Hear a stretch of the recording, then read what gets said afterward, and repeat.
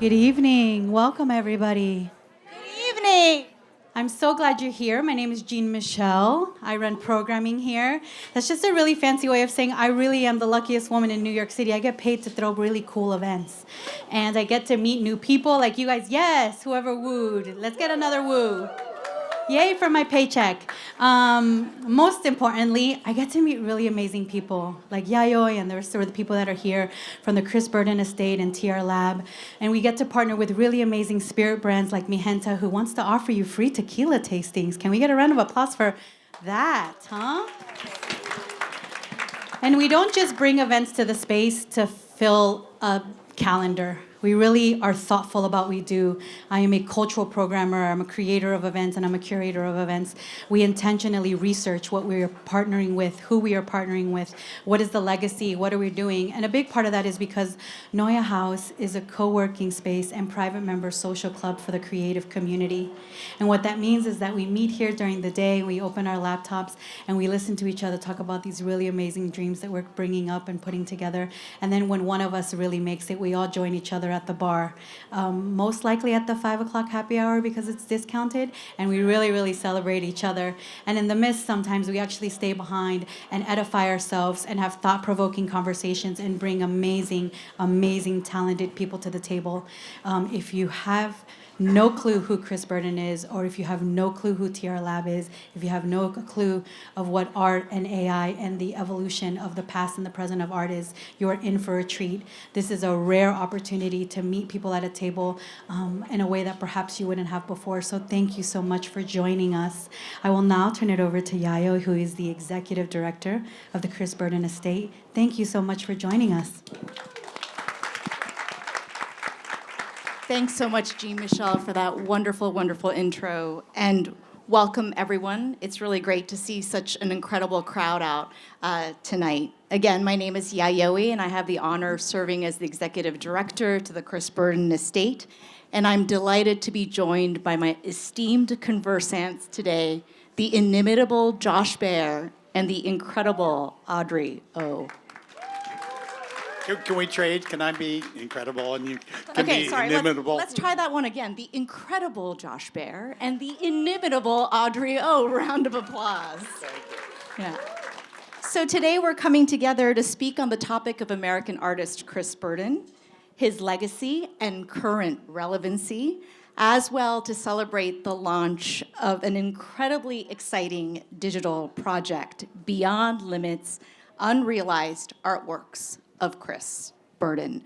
This digital project was created by TRLab in partnership with the Chris Burden Estate, and we will officially launch to the public on the 15th, but you are in for an incredible treat because you're gonna get some sneak peeks of the digital project before it's launched to the public. Before we get started, a couple of intros and thank yous. Thank you so much to NeueHouse and Jean Michelle for graciously hosting us in New York today, and in fact in LA in NeueHouse on Friday. Huge thanks also to the incredible members of the TRLab team, including Keely, Molly, Claire, Lane, Morgan, and Aaron, who have worked tirelessly with me on this project, and Brandon, Da Chow, Caleb, and the dev and engineering teams who truly have been able, I think, to actualize some of Burden's unrealized work in the Digiverse. Thank you also to Audrey, founder of TRLab, someone who is extremely talented and dedicated to the power of the digital medium to spread educational awareness about artists and their work. Thank you also to Josh, another visionary who is so critical to the art world ecosystem for his eye and unwavering support of artists over the decades. We're also super delighted today to receive some words from incredible contemporary artist Rirkrit Tiravanija. Rirkrit worked with Chris Burden as a young artist via Josh, and so we're excited to have his voice represented today as well. So let's get started. If both of you were asked to use one word or an adjective or phrase to describe what you know about Chris Burden or your opinion of him, what would you use and why? Who wants to go first? I'll volunteer. Incredible Josh Baer And you knew. in the corner. Well, first of all, how many people here actually know the work of Chris? So that's a little over half. That's pretty good. That's pretty good. So we're going to try to talk about him both to people who know and don't know. I was Chris's main dealer for a while in the late 80s and 90s. And the phrase I would think of is Chris would say, I'm going to make this piece. It's going to take 6 months and cost $50,000. And in the back of your mind, it's like, that's going to be 9 years and $2 million. And I've been roped into it. So I don't know if that's a phrase, but that's how I sort of came to him. I remember for the Medusa's head, it was kind of that kind of number. So it's not a phrase, but that was just how you had to deal with Chris. And what was it like for you knowing that you were getting roped into that? Oh, you knew you were screwed. But you were like, how lucky am I to go along with that ride because you believe in somebody's making something great. So it's kind of like, I know I'm going to get run over. I know it's going to be great, but this is just, everybody worked with Chris as a gallery, and there's other people here. No, that was kind of like, that was part of the deal. Yeah, so thanks so much for that. So what about you, Audrey? I think if I'm being fully honest, Yayoi, when we first started talking, I would have said urban light, which is also coincidentally on the PowerPoint behind us, because that is such a public, well-known attraction. I think it may be the most visited public sculpture in the world, which is insane. And it is one of the most Instagrammable spots for LA. And this is even before Chris even knew, obviously, what Instagram was. And I would argue maybe one of his weaker sculptures at the same time. So that was my understanding of Chris before, but now after going through a deep dive alongside my team members as we're working with you and the state to really get to know Burden better, I was thinking about this earlier today. I think I would use the word confrontational. I think he's an artist that is often difficult, often hard to understand, but it's unmissable. There's a large presence to his works, whether performance or his later sculptural works. And I think when I think about it being confrontational, it's equally mentally and physically so. No, thanks so much for that. And so we got somebody who is a very smart person who was roped in by an artist because he wanted to go on for the ride. And then we have someone equally smart who's saying, actually, this work is very confrontational, both intellectually, mentally, emotionally, and physically. And now as the estate, I appreciate both of those phrases. I think for me, when I think about Chris Burden, I think of him as a structure identifier, right? A lot of the time, Chris Burden is known, not necessarily art historically, but I think Chris Burden is also often known to be a badass, gendered, like art world boy type figure. And I think some of that confrontation that Audrey was talking about, I think we can think about that as well. But I think what's very interesting for Chris is that in order for somebody to be confrontational, you actually have to understand what the rules of the game are. And if you want to be inside that game and play with those rules, push those boundaries, you in fact actually have to have a very analytical and logical mind to understand what those rules are. And so I think of him not necessarily as a rule breaker per se, but someone who identified structures and rules and then attempted to push them. I think you're exactly right. He was like, the confrontation that he had as a performance artist was looking at you in the audience like, when are you going to intercede? Are you going to wait till I'm dead? And there were rules to these games that he set up in a very formal way. He was a very formal artist. Yeah, thanks so much for that, Josh. And so the estate published a book called Poetic Practical. One of my dear friends who's in the audience today, in fact, kindly brought that book here, which I thought was very sweet. Thanks for that. Poetic Practical, published by Gagosian's imprint. And this book dove into the unrealized work of Chris Burden, where wonderful contributors, including Dr. Sydney Stutterheim and Andy Trainer, spent over 5 years in research, delving into the Burden Estates paper and object archives.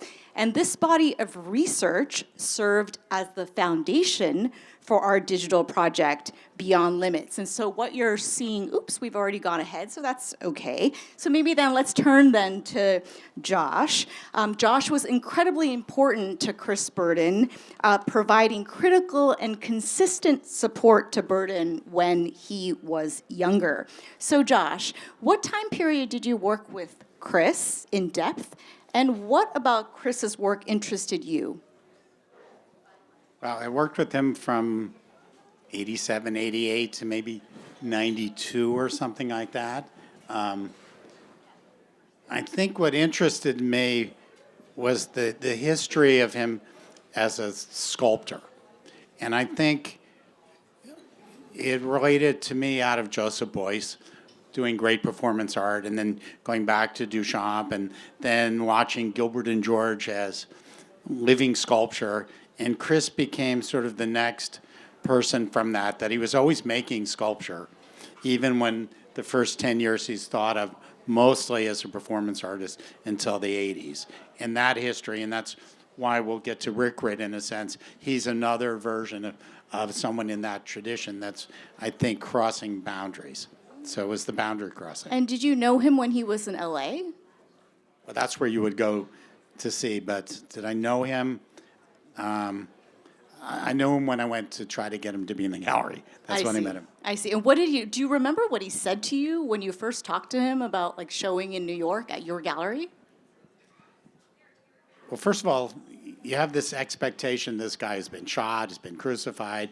You have this little chubby guy in a Ralph Lauren polo shirt who was very interested in real estate. So it's like you go out there and it's like, here's the land, and I want more land. And I want all the land around me in Topanga Canyon, and I want to own the entire canyon, so I need money. So it's like, okay, how do we make a deal so he can keep buying every property around him? So it was kind of a formal relationship of like, here's what he needs, and basically your job is to just say yes. And my view with working with him was the answer had to be always yes, as long as you could do it. Were there times when you had to say yes, but, or no? I just ran out of money. So that's like the art world crashed. I went broke. I ran out of money, and he had to like keep going. It's pretty simple. The story of capitalism, in some ways, unfortunately, pretty simple. But Josh, you were also instrumental in having Rirkrit provide research for a particular Burden work called The Other Vietnam Memorial, a realized work from 1991, which is up on your screen.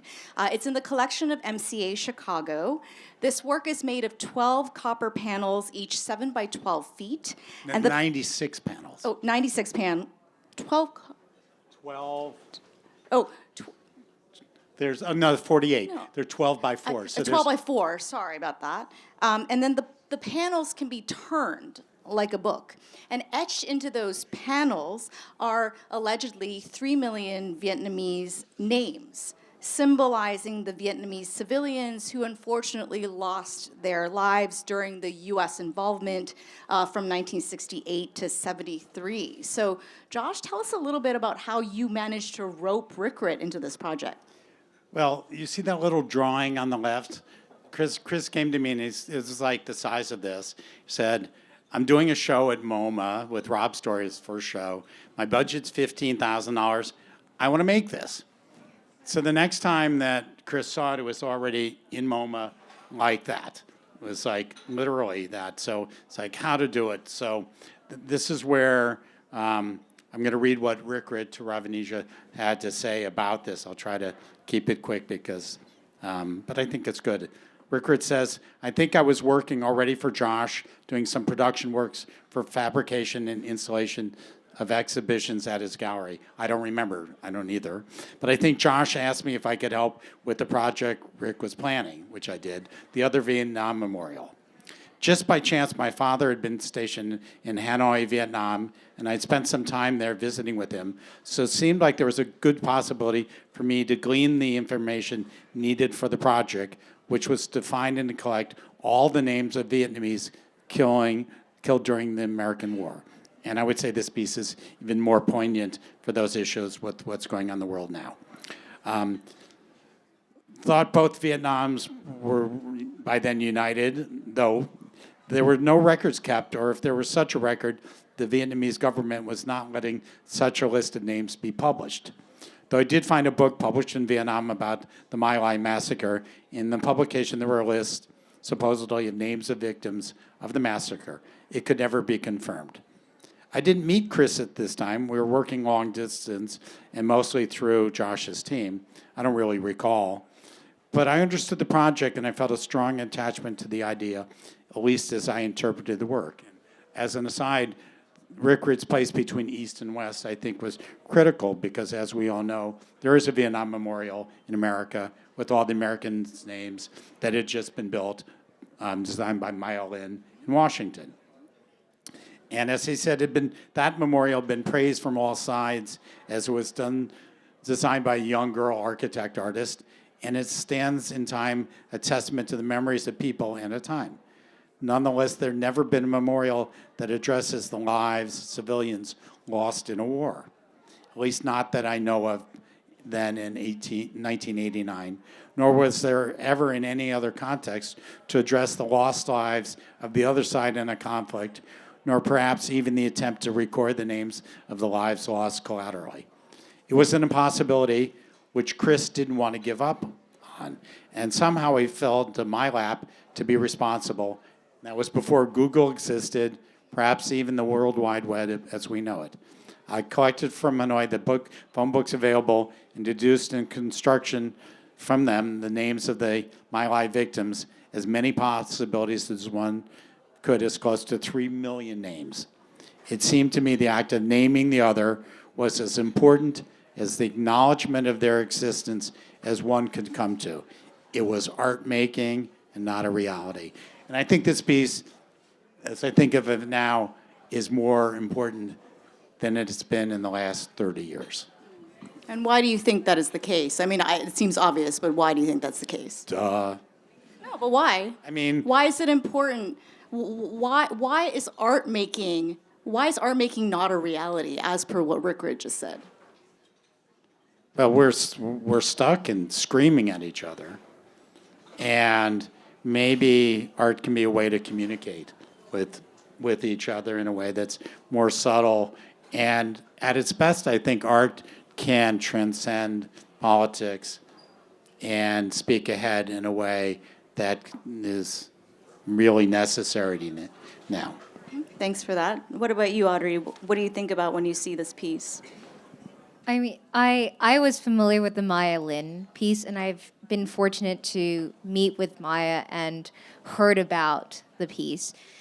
But I'd never known about this piece, I think, in particular because it hadn't been exhibited for quite some time.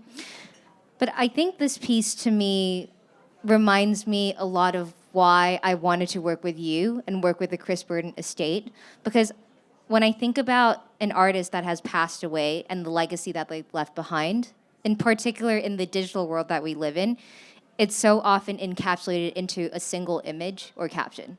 For Chris, it has, whether fortunately or not, become urban light.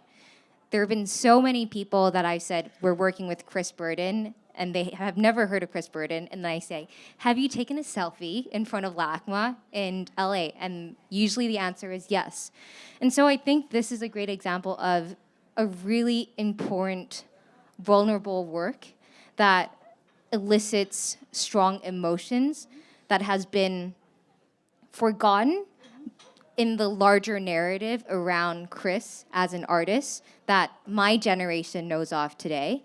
And it's part of the reason why I think it's really important for TRLab as a platform and company for us to work with estates that do care about preserving an artist's legacy and in thinking about enlarging that legacy in not such a diminutive manner. Yeah, no, I appreciate you saying that because I think what Burden would have said, and maybe Josh actually would know better because Josh actually got to work with Burden when he was with us on Earth. But I really do think in some ways that Burden was always an art-first person. So he wasn't an artist. It was really his art and his practice and perhaps his medium. For example, when he was using his body in performance art, that was in service of the art and the underlying concept or question that he was attempting to identify and question. And so for him, in some ways, it's interesting that you say, Audrey, that in your generation, people know of urban light, but they don't necessarily know Chris Burden. And I wonder if actually he would have been okay with that because his work remains relevant as it is now. Chris would have loved the attention. And being the number 2 selfie after the Mona Lisa, Chris would kind of wonder, why am I not number 1? I will say, it's sitting here, I'm thinking, Chris died at the same age I am now. So he really died, I think, way before his time. And the fact that TRLab is able to go to these projects, that Chris, he intended to make these things. They're not fantasy projects. They're intended to be real. His work is about something real. And the fact that you can articulate and bring to life something that he might have been able to do, I think is really what got me interested. I mean, I love TRLab. They're the greatest. They're my go-to digital company that sees things. But to understand that role between the estate of what he would have liked to have done, I think you're keeping his legacy alive and making his work vibrant for new generations, and I think that's awesome. Yeah, and no, I appreciate that because I think that's a nice segue. I think for me, a big takeaway, having worked on Poetic Practical, which did a deep dive and research of Burden's 67 unrealized works. As Josh pointed out, these were very real proposals and projects for Burden. He consistently talked to people about these projects. He pitched curators, multiple curators, different biennials, foundations. He really wanted to make these things happen. And for whatever reason, whether logistical, financial, sometimes legal, Safety. Safety issues as well, sometimes technological, his ideas were a little bit ahead of reality. But then for us, when we finished the book, we really wanted to see if we could somehow actualize these works with the technology we now have, which brings us to the project Beyond Limits. And with this project, we are hoping to provide a free educational experience online that allows viewers to not only learn about Burden and his practice, but also, should they choose, to support the estate by purchasing digital artwork, which is going to be offered at a variety of levels. And the estate is hoping that these funds will be utilized not only for the conservation and restoration of realized Burden works, but also potentially be the seed funding to attempt to start realizing some of these unrealized works. So let's turn to you, Audrey. Thanks for your patience. Tell us about Chris Burden Beyond Limits, and why is Xanadu the ideal interface for an education-based journey? So the first thing I'll say is, for those of you who are not familiar with TRLab, I think we've become known for sort of a little bit weird, interesting, educational projects that we do in service of artists, artist estates, and institutions. And I think if there were a word that I would have typically used to describe our projects that you have participated in, Yayoi, it would have been interactive. But this is the first project that I truly feel is immersive. So the entire website is built around a 3D model, which you can see a screenshot of now, that comes from Burden's incomplete magnum opus, Xanadu.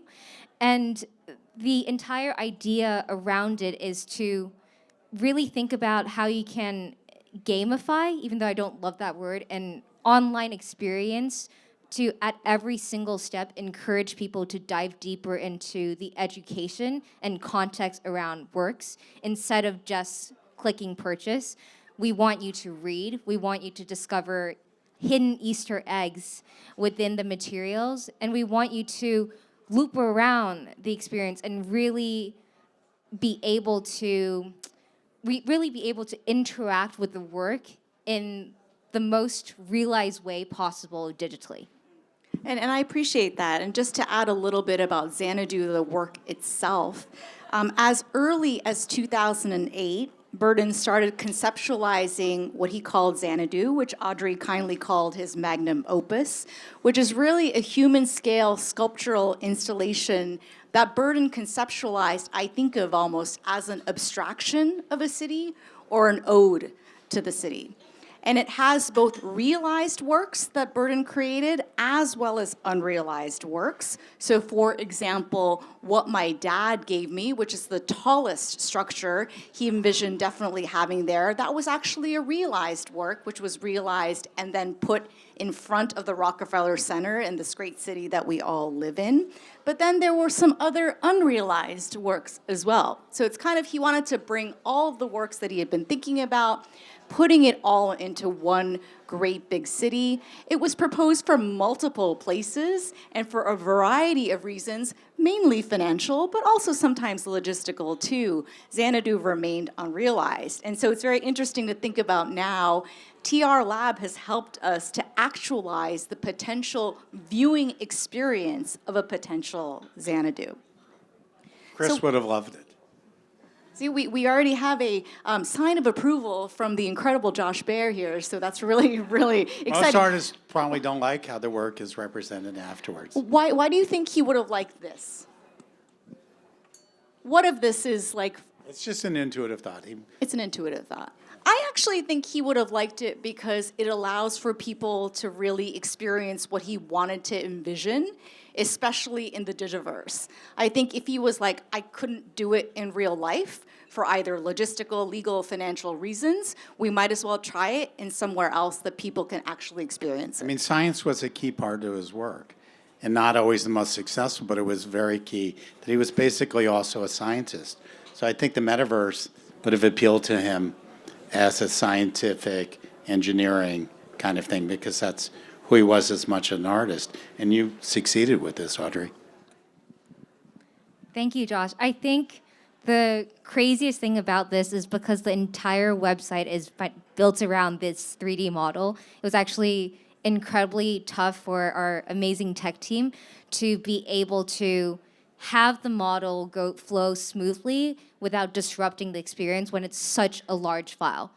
And so even digitally with Xanadu, with the details that went into it, I think we struggled at times with realizing all of the particular details. And going back to something Yayoi said earlier, I think one of the things that I found so fascinating in thinking about Burden's unrealized works is a lot of them have plans. A lot of them that are things related to engineering have already the mechanical way of how it would work planned out. It's really, usually it comes to safety or financial reasons that it didn't pan out. So I'd like to think that if Chris were around, he would look at this as an interesting way to also disseminate his work and get to a wider audience, because he was always so good at pioneering that and doing that too. Yeah, and I appreciate you saying that. As Josh pointed out, Burden was definitely a science nerd. He really was in some ways a lifelong tinkerer, and he liked to figure out how things worked, what systems were around, why people were using the systems that they did. And those systems could be both physical, like in terms of physics, like building bridges and skyscrapers, but it also could be metaphysical and philosophical as well. Like, for example, institutions, critiquing institutions from the outside, or also questioning socio-political systems, like, for example, the monuments. And just one point there is he's often grouped with Charlie Ray, a peer of his in Los Angeles. And Charlie's work is about illusion, and Chris's work was always about reality. And there couldn't be more opposite. Mm-hmm. So he intended these things to exist. Yeah. They were not illusions. Yeah. And so now we're sort of turning towards a portion of what the experience is going to be for all of you who are going to be joining us on this Digiverse journey on the 15th. So tell us, Audrey, a little bit about the experience, What do you think the user will get to see? And what are some of the potential rewards of doing that experience and journey? So I think one of the craziest things about the experience is just how detailed it is, where even things, every single detail on the page around the model has been clearly thought through around how to encourage and incentivize a user to learn more. So one of the very fun things that our team did is every time there are different chapters that are hidden within the journey. You can go chapter by chapter or you can jump around. But for the street lamps, of which Burden actually also, I believe, think about as performance works because they light up at night, they will actually light up chapter by chapter and will only be lit up after you complete all the chapters. So there are a lot of tiny design details that are built in that really encourage people to explore, but not in a way where we want you to go from chapter 1 through chapter 4, really in a do whatever your heart wants and walk around, really engage with this 3D model in this world and go through it and learn what you want about Chris Burden. There's another thing too that we first started doing when we worked with Rhizome, which was kind of hidden Easter eggs hidden within the text. And we took it to another level this time where even our text, there are hidden images that you can click on that show Burden's sketches and show other contextual images around his works, as well as what I like to think of as kind of ticketing badges that are free, where if you can prove that you have gone through something in detail if you have collected a free digital token that are also named very creatively around Burden's works. No, thanks so much for that. And just to be clear, sort of, for me, what was so exciting about this website and user experience was not just the idea that somebody could actually wander through a potential Xanadu in the Digiverse, but also that this website really does serve as an educational evergreen resource that is free and available to everybody for them to be able to learn not just about Burden's realized works, but also really understand some of the themes that were important to him as he was thinking about his practice. And again, that to me allows for the estate to try to have a new generation of people looking, learning, and thinking about Burden's work. Can I say something about what we're actually looking at? Sure. Because half of you know Chris's work. Those metal things, they're basically erector sets. So that's kind of like something. Do people know what erector sets are? If you're my age, Yeah. it's like model trains and stuff like that. It's like that goes way back. Those little kind of cone-like things he called beehive bunkers. They were like basically places you could hide and protect yourself from because Chris was one person can be inside. yeah, and Chris was pretty paranoid. So they were like sandbags or concrete bags. And those lights actually represent Los Angeles of the 30s and 40s. So these are all really ancient, kind of old things that suddenly now you have them in the metaverse. And I find that really interesting that things that are 50, 80 years old as structures still working. So it helps if you know what these things sort of are, and the site will explain that to you too. Yeah, and absolutely. Thanks for that. Because if somebody goes on that educational journey, they'll be able to hover through different parts of the website. And I love it, Audrey, that you're saying walking through, because that is, in fact, what we are intending for that experience to be like. But because of that, if they walk through, they will be able to hover through paragraphs that describe the sort of things that Josh was just talking about, so that people can go on that educational journey.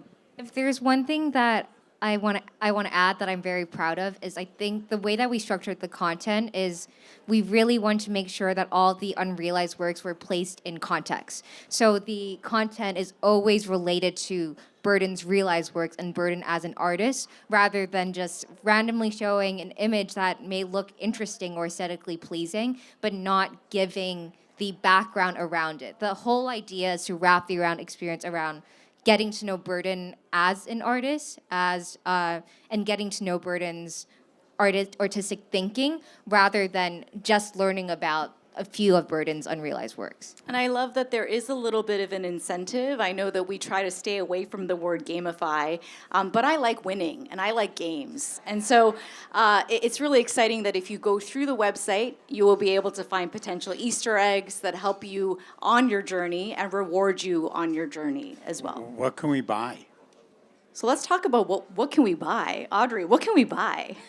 So I think that may be coming up. Yes. So there are 3 types of different artworks that will be on sale, all of which the proceeds will go towards, as Yayoi said, supporting the estate's initiatives to realize unrealized works and also to repair realized works. The first 2 artworks that the video very quickly scrolled through are open editions of Burden's kind of iconic street lamps. And there was actually a conversation that we had around this because they're so commonly known as just the sculpture in front of LACMA, but are in fact a recurring motif throughout Burden's works, including Xanadu.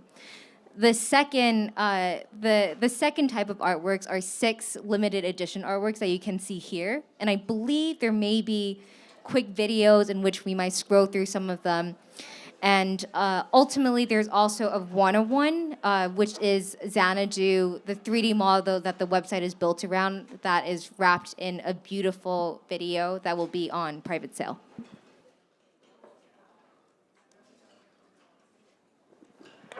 Thanks so much for that. And so also what was really important also for the estate was to be able to offer things for potential purchase at a variety of levels, right? We want people who, we do want people to look and learn about Burden's journey and use that as a free educational resource.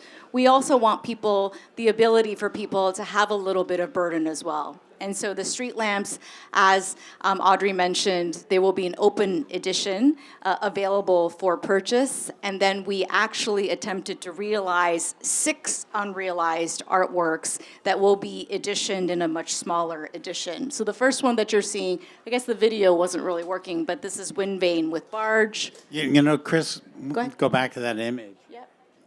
He was thinking about Dumbo at Disneyland, of like moving around these things floating. I mean, his mind was like really weird. Like, who would think he did a steamroller that rose up and flew in the air? It was like if you were a kid, everybody went to Disneyland and got on that ride.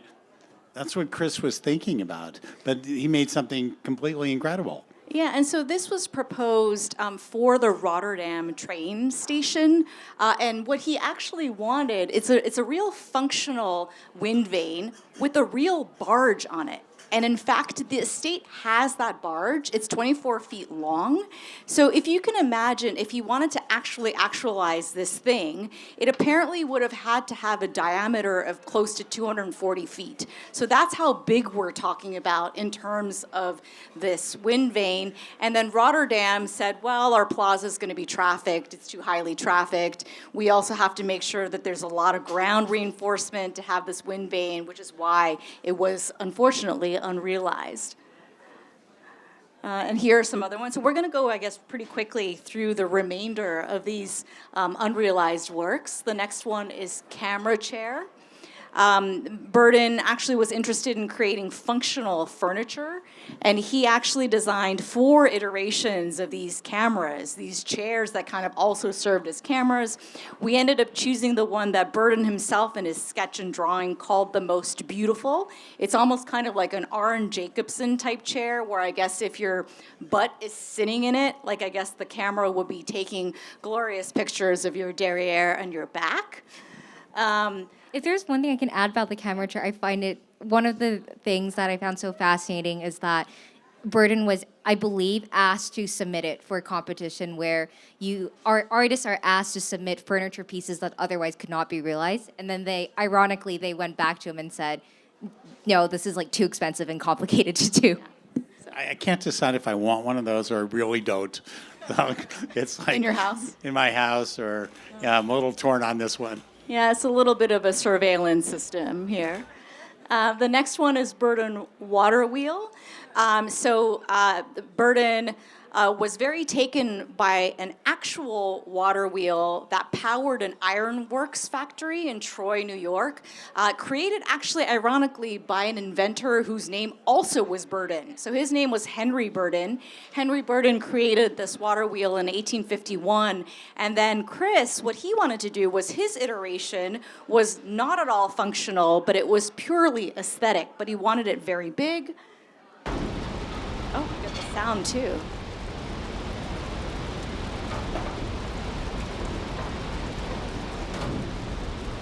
Can I give you some wheel context? Yeah. So Chris's first standalone sculpture that wasn't a relic was actually this big wheel. And he pushed it up the hill like Sisyphus at UCLA. So it was this kind of his last performance piece, was pushing this wheel, but there was the object. And after that, he made something called the big wheel. Anybody ever see that? And it's a science project, and it's terrifying. It's about 12 feet tall, and it's made out of steel, and it spins. And the way it's made to spin... It's like a flywheel. It's a flywheel, so it's about friction. And there'd be a motorcycle, and he would get on the motorcycle and take the back wheel and rev it up and get that wheel spinning and move the motorcycle out of the way. And it was terrifying. So he loved the circle and the wheel. Mm-hmm. So it's a consistent piece through his career. And kinetics was also very important too. In fact, the Burden water wheel was fully engineered. So for those of you who are not only interested in having a Burden water wheel in the Digiverse, but also want one in your backyard, I hope you will most certainly reach out to the Burden estate and the gallery as well. Okay, the next one, ever-burning American flag. I have some people actually giving a round of applause for that work. Thank you very much. Burden, this piece was conceptualized after his residency at the Fabric Workshop and Museum in Philadelphia. He was very interested in attempting to identify a textile that essentially continued to burn. And he really wanted it to be sort of in some ways a symbol of America. That's what it looks like in the Digiverse. Technologically, it's actually not possible. And this was also one of those where he was told that he would always have to need a fire safety marshal when he was doing the performance. We had to have firemen in the building with the big wheel. Oh, for the big wheel as well. And they don't like gas inside. So sometimes the firemen would stay there for months watching these pieces. So it's doable.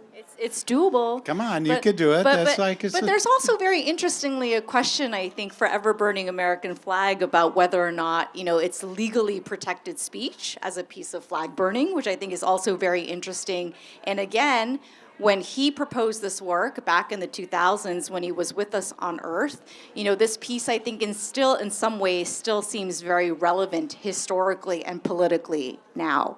So the next piece is beam drop, which is a series of steel I-beams that were raised high up and then dropped into a concrete pit, almost using gravity as a medium as well. So both a performance that ends in a sculpture. He did these all around the world. He had one in New York in 1984. He did one in Inhotim, Brazil in 2008, and then one in Middelheim in 2009. And in some ways, he actually wanted to do these all over, so he actually proposed one also for somebody named Michael Ovitz in LA. If I can make a comment on that, because first of all, the film of it was at Art Park, was produced by Larry Gagosian. And he works with Larry, but Larry's been a fan of Chris's work for almost 50 years. Now, there was a time when he worked with me, and then he worked with Gagosian Gallery, but Larry's actually very fond of his work, and that's an important piece that Larry produced before he became Larry. It's a piece I sold to a museum in Brazil named Inhotim. We were told it was the only version. That caused a little bit of a problem, I would say, like an enormous one, but it's the only time I ever saw Chris happy was when this piece was made. But shout out that he wanted it in LA, then it's in Metaverse now. That's also terrifying with the crane dropping steel girders from 100 feet in the air into concrete that's wet, 10 feet down, and creating like a De Suvero sculpture. That's kind of performance and kind of art. So it was my greatest moment selling art, was seeing that done. Of course, then he sold it to other people. And then the final unrealized work that we realized was 2 quickies are better than 1. This also, I think, speaks towards what Josh was talking about, Chris's interest in kineticism in terms of physics as well. This is really sort of there's this big central pole with 2 pilots in these airplanes, and they would have to essentially be such good pilots and move so quickly that they would have to have equilibrium amongst each other. Chris had actually already chosen a specific plane in order to actualize this work, which is where the eponymous name comes from. So it's the Quickie Rutan plane.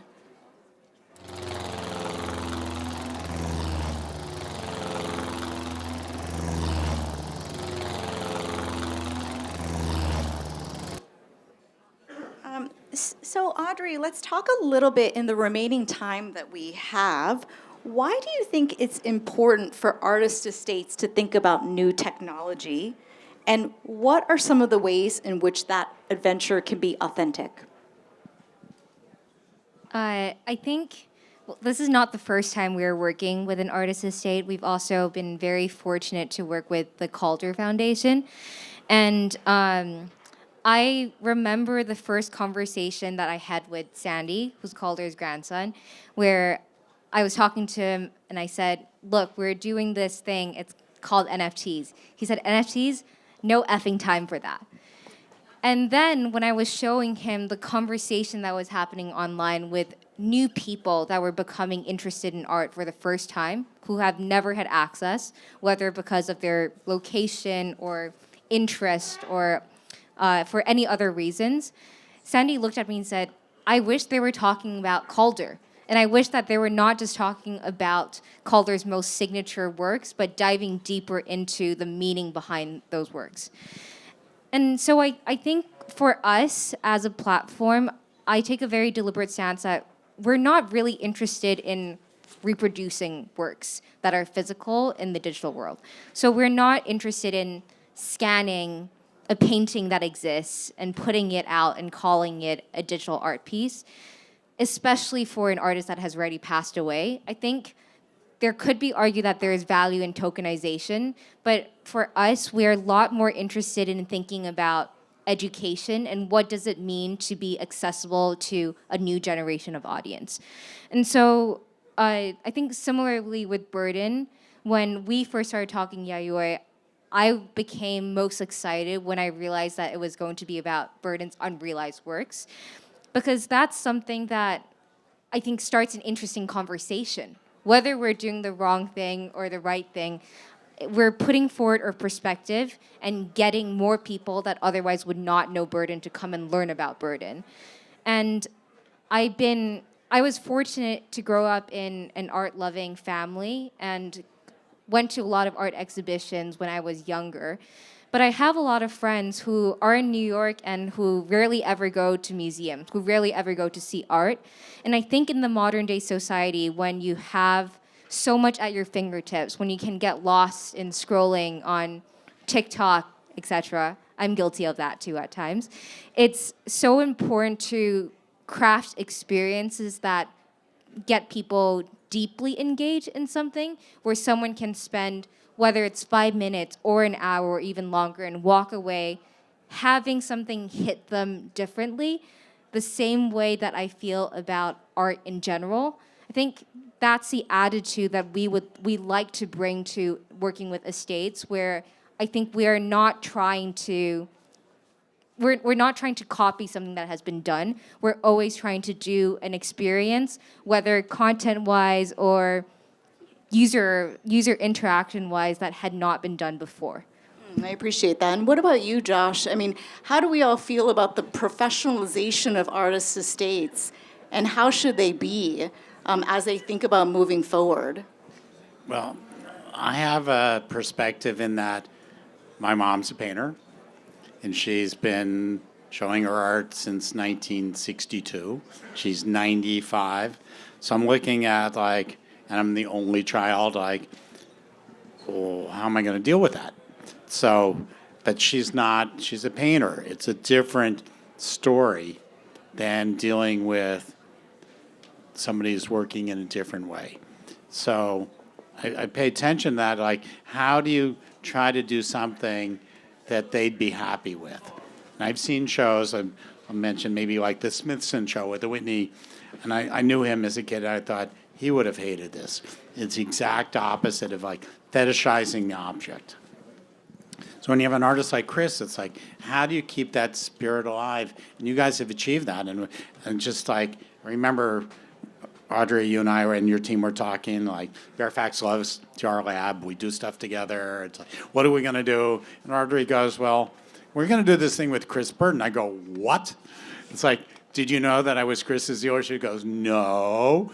And it was great. It's like that you came to this thing. I think for the right artist, there's not one size fits all of how to keep this legacy. If you're an artist, you have the chance of history. Hundreds of years, their work will be there. Calder, Burton, hopefully my mom's, way past all of us. And that's something that's special for art. And like, how do we maintain that? And that's your role, managing the estate of understanding not just the logistics, but the vision. Yeah, no, thanks for that. And I think for me, there's always this very interesting philosophical question about how to look backwards, meaning sort of using the methodology of art history to help understand what the object is, thinking about the context for that object, and then thinking forward. And that actually, that forward-thinking piece, I think, is what we think about when we think about relevance, but of course, doing it fully in an authentic way. And I think one of the things that the takeaway from the Poetic Practical book that Dr. Sutterheim and Andy and I and a bunch of other people got to work on was really thinking about, like, do unrealized works form a part of the artist's oeuvre? And in what way can we make sure that that is both celebrated, but also understood contextually as part and parcel of an artist's entire body of work? Josh, did you want to share with us some of Rirkrit's last words as we sort of finish maybe up? To roll out. And again, Rirkrit, if you haven't seen a show at MoMA PS1, please go see a show. I think he's in Southeast Asia, or might be in Tehran tonight doing shows. He said, of course, the ideas and actions or non-actions of conceptual art had bearing on my experience as a young artist. Perhaps from the experience of working this project for Chris, one could say that art could be a resistor even against certain realities.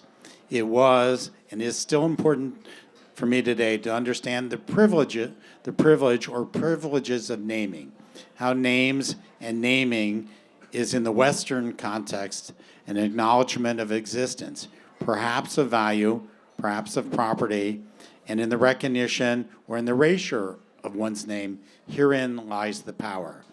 But as a work of art, a reality can be both formed and unformed, and belief or doubts make the foundations of truths into questions. Perhaps what I found important for myself in Chris Burton's work is that question, the question of the self within a construction of an institution that has the privilege of naming the world that we exist in. It's incredible. Thanks for that. And I don't really know if there's that much more to say after Rirkrit's words. Maybe we want to open it up to the audience to the extent any of you all have either questions about Chris Burton or TRLab or Josh Baer. Somebody has to have a question.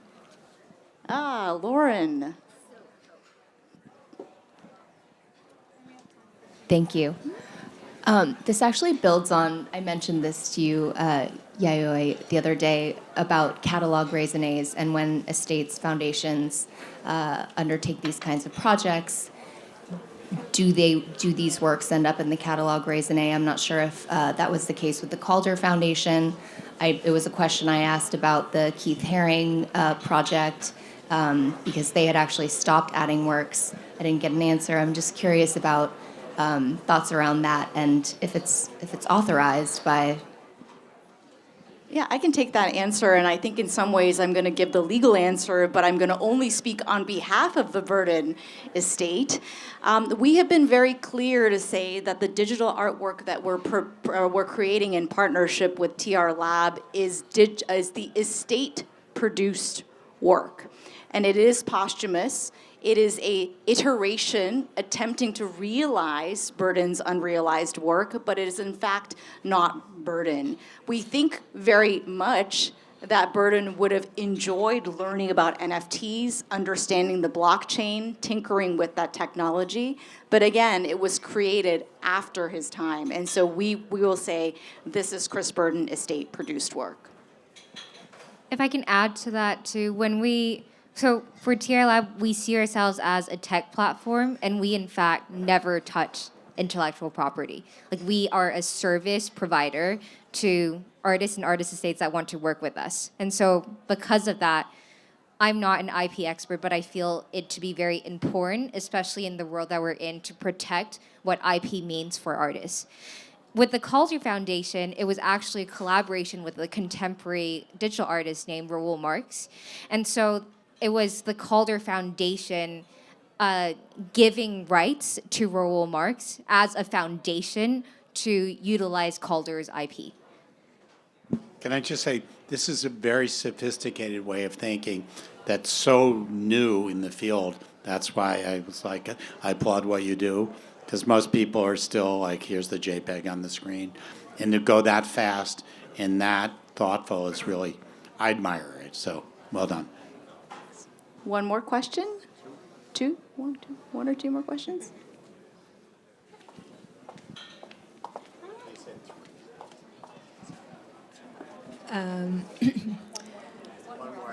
That might be a silly question, but since you went so far in the interaction of the user who could get a token and purchase, was there any possibility for people to interact, maybe comment, I don't know, send suggestions, right? So we actually discussed whether we wanted to make it a more social experience, and there are going to be social elements where they're easily built in ways where you can share your experience on social media, but we wanted to make sure that there's no right way to go through the website, and we felt that if we were adding comments and suggesting to people whether this may be the right place to start, it would take away from why we built this website at all. Geez, they're smart. It's like, that's a good thought. Like, well done. But at the same time, there will be other avenues for discourse, including sort of our favorite social media channels like Instagram and Twitter as well. We intend to be very active with our users. Discord as well. So one final question. It better be a good one. No pressure. Pretty basic. It's like, did you think in terms of timing and how this is going to unfold? I guess it's a standalone website, and you're going to have it. I understand it's available to the public. Do you think in terms of how it's going to evolve in time, and is this something that has a time limit? Oh, thanks so much for that, Muriel. So I guess this is something that obviously we want to continue to talk to TRLab about, but we love the idea that it serves as a free educational resource, that it is available. It is not mutable. The actual website will not change over time, but the idea that it is serving in some ways an art historical purpose for young new people to learn about Chris Burden, that for me is very important. So that timeline horizon for me is actually quite long. I would echo what Yayoi says. For us, when we've worked with our previous partners, we've always crafted bespoke experiences in service of their work, partially because we wanted to live on as an educational resource that people have access to. And for the Burden Estate too, because there's no Burden Estate website, we felt like it was really important for us to have a strong sense of integrity in constructing the website, because it really we hope that it'll act as an introduction to Chris Burden for anyone who comes in and learns about it. So I think it is time. Thank you so much to Josh and Audrey for sharing the stage with me today. Thank you again to the TRLab team for their incredible work on the project. Thank you, NeueHouse, for kindly hosting. And finally, thank you all for kindly attending today. We really hope that you'll take a look at Beyond Limits once it launches on the 15th. Please do consider embarking on that educational journey with us. Share it with your friends, blast it on social media, and if you are able, we would love to have you join us as part of an extended digital art family.